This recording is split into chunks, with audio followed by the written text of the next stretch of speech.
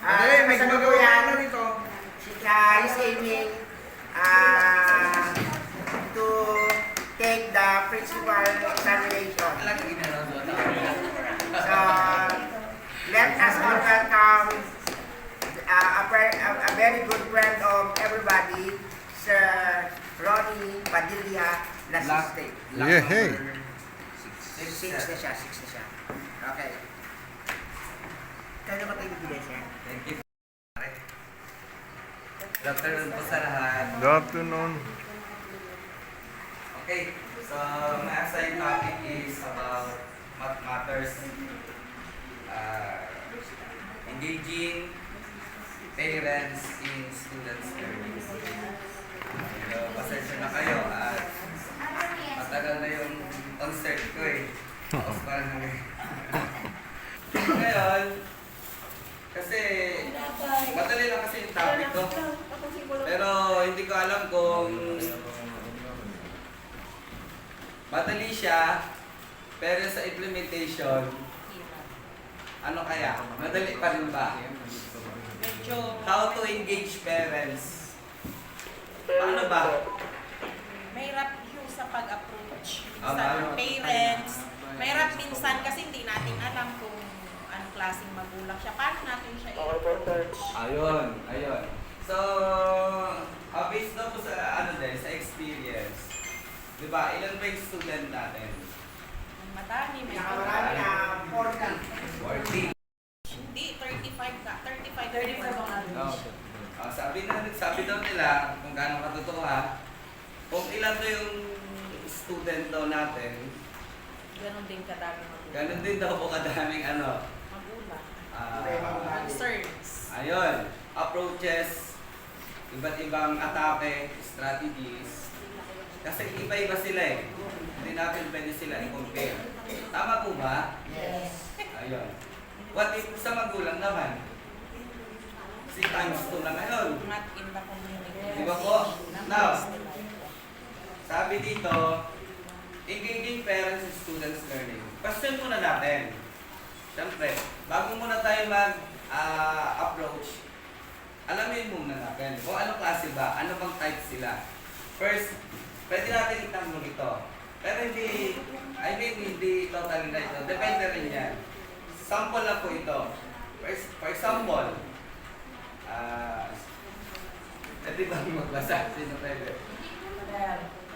Sige ba? Questions to know the parents for the activity. How does your child feel about math activity? Ayan. What? Sige ma'am. What time does your child usually study or do homework? Who helps your child with doing math activities? What challenges do you observe when your child answers math problems? Okay, thank you Ma'am Daisy. Now, so siguro naman nakaka-relate din kahit may mga bata po ba sa inyo, mga pamangkin Sir Arvin? Meron po kay Ma'am Jimmy, may pamangkin din po ba? Kapatid na ginagay po pag So, I think ito, ano pa tayo dito? Ay itutuon ko ba na natin muna ngayon yung ating self as parents o parents as a teacher din? Parents and activities. Parents, ayan po. So, yan, sabi dyan, how does your child feel about math at home? Kayo, si Sir. Yan, pagtulak yan. Ilan ang anak nga ni Ma'am Joanne? Di ba Sir, hindi ka naman nanganak. Dalawa yung nag-aaral. Dalawa yung nag-aaral. So, sabi dyan, how does your child feel about math at home? As you observe, Sir. Ay, alam mo sir, pag may sinasagutang math yung bata, usually hindi naman natin literal na tinuturuan yung bata ng math. Kung hindi naman sa school, hindi kailangan.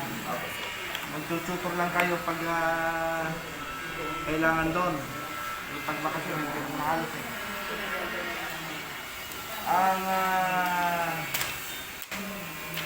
Ang totoo Sa totoo. sa totoo lang, mas may tiwala pa yung anak ko sa tutor niya kaysa sa akin.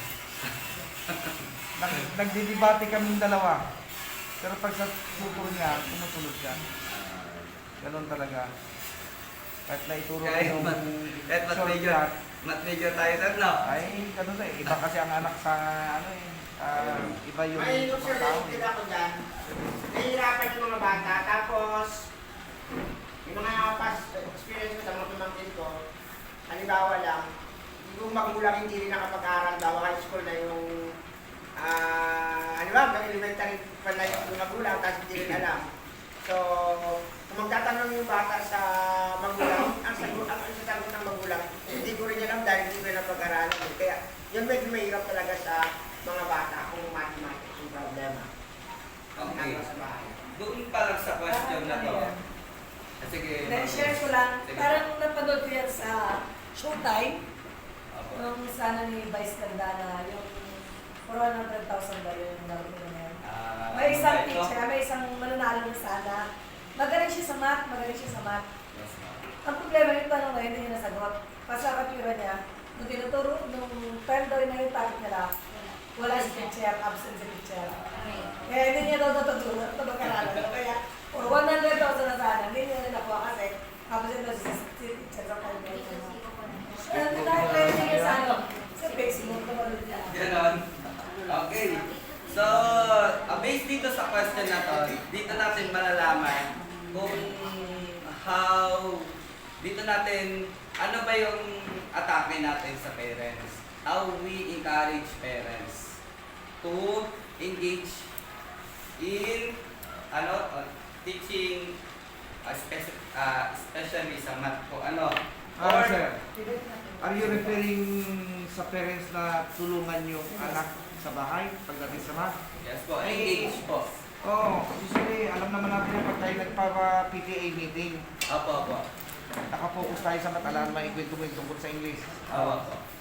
Kung salitang i-encourage na tulungan nila ang estudyante sa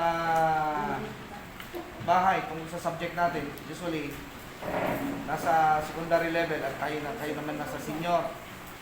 Medyo negative ang dating unang-una. Oo nga, sir. Higher math, di ba? Alam mo naman yung mga, hindi ko naman nila lahat. Oo nga, sir. Yun na nga po. Yun ang kinakatakot natin at how the kakaroon ng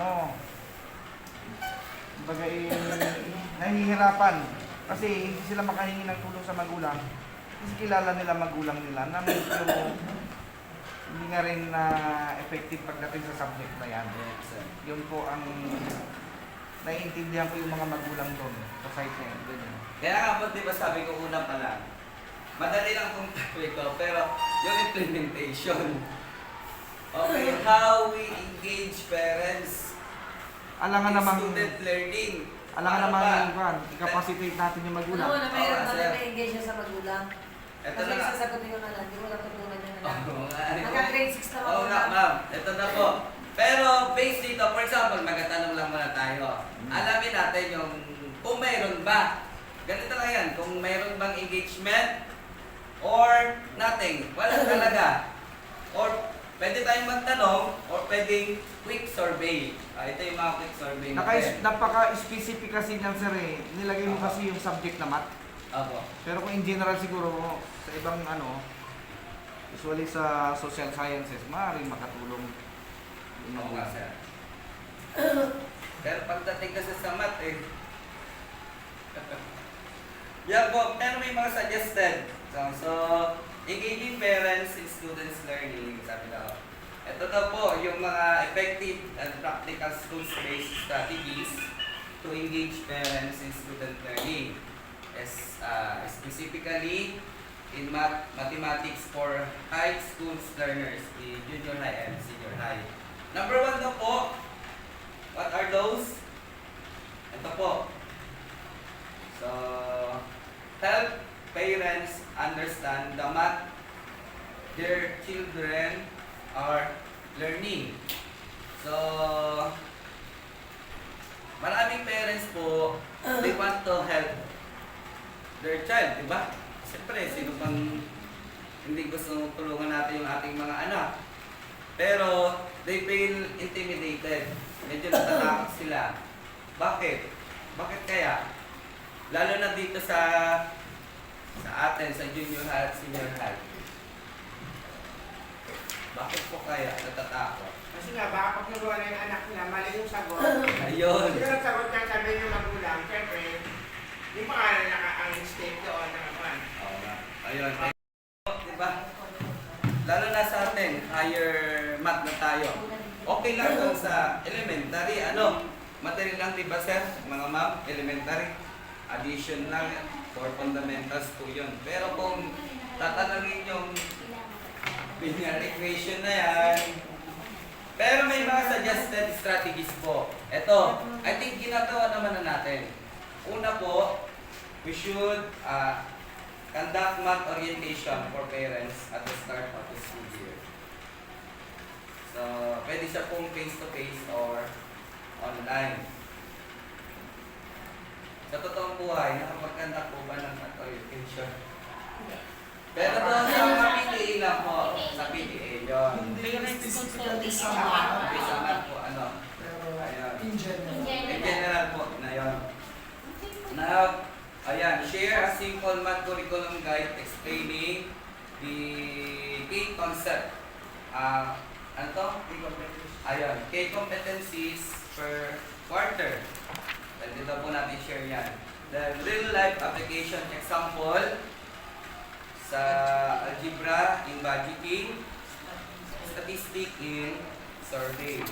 Then, provide a short explainer videos or infographics. Ayan. Pwede sa Messenger or GC. So, possible result, parents gain confidence and are more willing to support. Una, siguro instill na lang natin sa parents. Siyempre, iba talaga pag sa higher level lang ng math, di ba? Pero, mas maganda kasi talaga na ma-instill natin sa mga magulang. Okay? Next po tayo. Unawa talaga yung math. Next. Number 2. Ayan. Promote math in a real life. Not just a homework. So, parents daw po, they not teach formulas. Diba? Maliban nila sa formulas.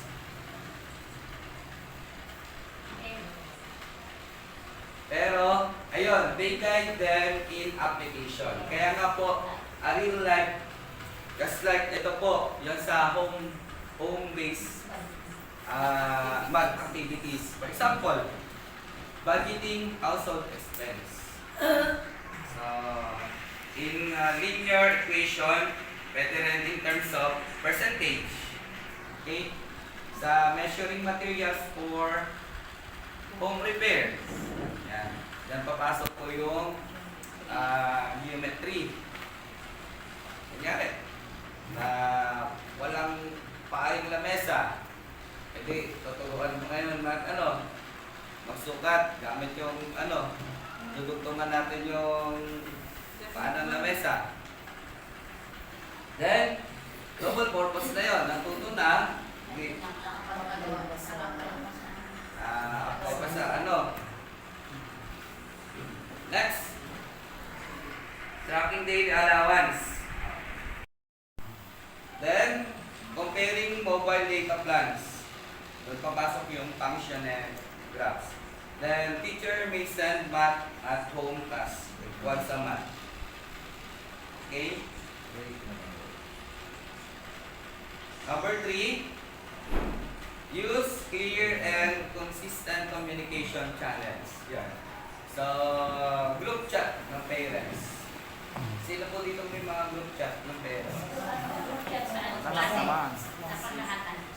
Kasama po ang parents? Yes. Students? Hiwalay. Magkahiwalay. Students or parents magkasama. May grupo. Very good naman po. Kasi ako. May GC ng magulang, iba rin yung sa Iba yung GC po ng parents, iba yung GC ng estudyante. Pero, kasi hindi sila ng kami ng mabata. okay. Pero hindi lang po sa subject naman, sa po lahat. Class ano yun sa advisory? So, yan po.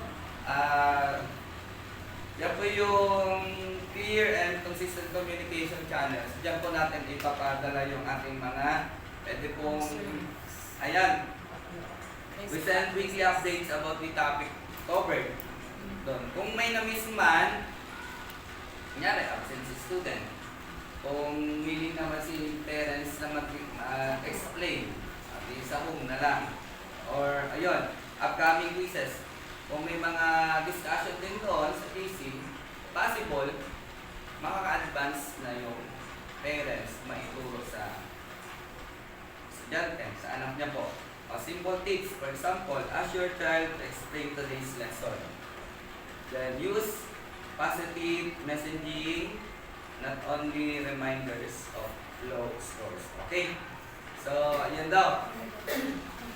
Mostly, kadalasan kasi nagre-remind tayo kung mababa na yung score. Ako naman ginagawa ko, nagsisend ako ng video. Di ba mayroon mga nakatutuloy yung video sa YouTube? Opo. Is after ng lesson ko, isisend ko yung more example ko yung basa pa naman yun. Okay, mga log. Madami na nga po din mga tutorial video about sa mga topic natin. Ano? Kaya masabi ko sa Kahit baba, nasa amin ay madami na din. hindi na mahirap mag-aral kasi mayroon ng mga tutor. Opo, kahit nasa stat, kahit sa Genmat, meron na din eh. Kahit sa amin, kahit sa amin. Kung gusto nila mag-advance, pwede na nilang panoorin. Okay? Now, or encourage parents-child math conversation.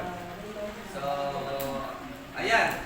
Ito yung mga learning groups when students explain their thinking. So, a simple parent prompt, how did you solve the problem?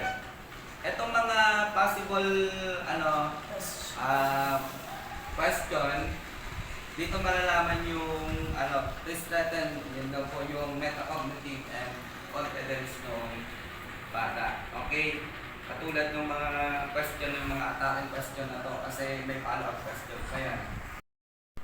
Paano daw i-solve yung problem? Siyempre, i-solve yung papakita niya yan. Alangan naman ng relay na sa answer. Then, number 5, over parent-friendly math support session. So, instead of formal lecture, so how keep it simple. So, may option daw po. Pwede pong sa math help desk during PTA meetings. So, Saturday or online men's session, math made easy for parents. Tanong, kaya pa ba to? Maglalaan pa ba?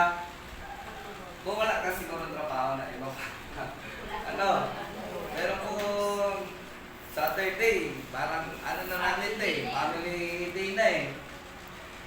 Ito pwede pa siguro, mag-record tayo ng tutorial records, then si parents na po yung pwede na pag-aral. Then pwede na na-record. Opo, ma'am. Ayun. So, focus on strategies, not with occupation. Next, recognize and motivate parent involvement. Ito, I think ginagawa natin po ito. Yung nagbibigay tayo ng certificate of recognition. Ayun. Most cooperative. Ayun. Most active parent. Pero dito, very specific po. Sa math po siya, math supportive parent of the month. Okay, dito yun. Next, public appreciation. Kung friend nyo po sa FB, pwede natin ito i-shout out, no? Shout out. Mention natin po. So, at least nakapaboost yung kanilang Next, number 7, support struggling learners through parent-teachers partnership. So, when students struggle, parents should be partners, not spectators. Paano daw po yun? So, what should be the actions? Step. So, early notification with specific suggestion. Then provide home practice guide, co-create a learning plan with parents and learners. So, depende kasi yan sa struggling of learners kung anong klaseng struggling po siya. Ano? So, gaya nung mga,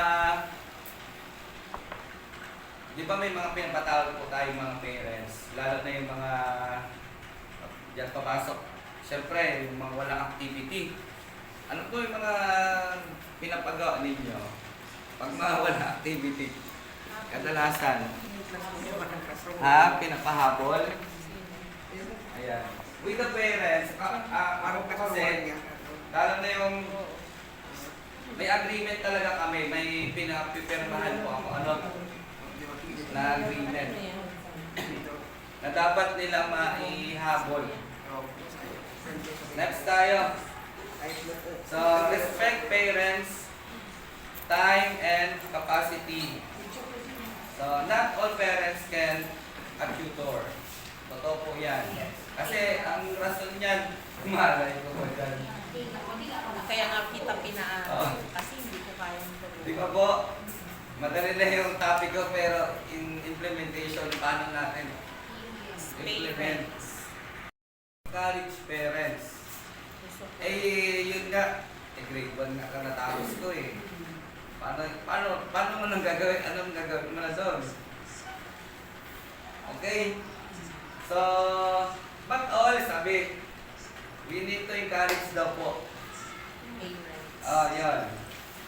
At least kahit pa paano encourage pa rin po natin. So, listen, isa-support, monitoring, study. Yun, pwede po. Kung hindi man natin, pwede natin pong ipang-monitor.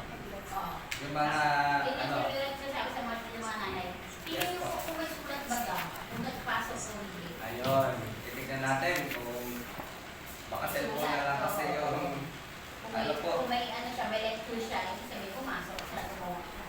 ayun. So, encouragement matters more than correct answer. Ayun. So, sabi nga po, dyan, so, encourage lang po talaga natin. Although, di man kasi natin hawak yung isip ng mga parents eh. So, encourage po natin talaga. And, yan na po. Sabi daw, no school can work well for children if parents and teachers do not act in partnership on behalf of the children's best interests. Then, successful education, collaboration between parents and teachers. That's all po. Any questions po?